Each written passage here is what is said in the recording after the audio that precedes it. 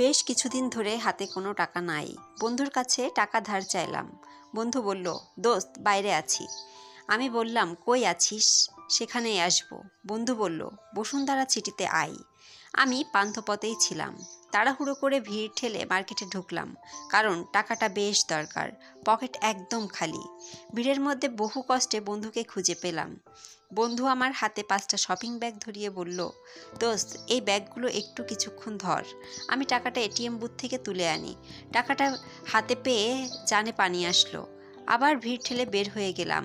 বাসায় আসতে না আসতেই সবাই বলতেছে, কিরে তুই তো ফেসবুকে ভাইরাল হয়ে গেছিস। আমি ভাবলাম, বাহ, কোন লেখাটা আবার হিট খেলো।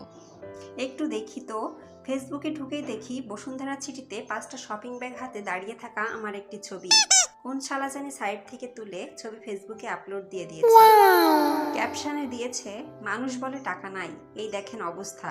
এর নিচে আরেকজন কমেন্ট দিছে, এরাই আবার ফেসবুকের দুঃখের রচনা লিখে শেষের লাইনে লেখে, বুকের পকেটে 10 টাকা আর চোখে হাজারো স্বপ্ন। হ্যাঁ, এটাই মধ্যবিত্ত। শালা বাটপার।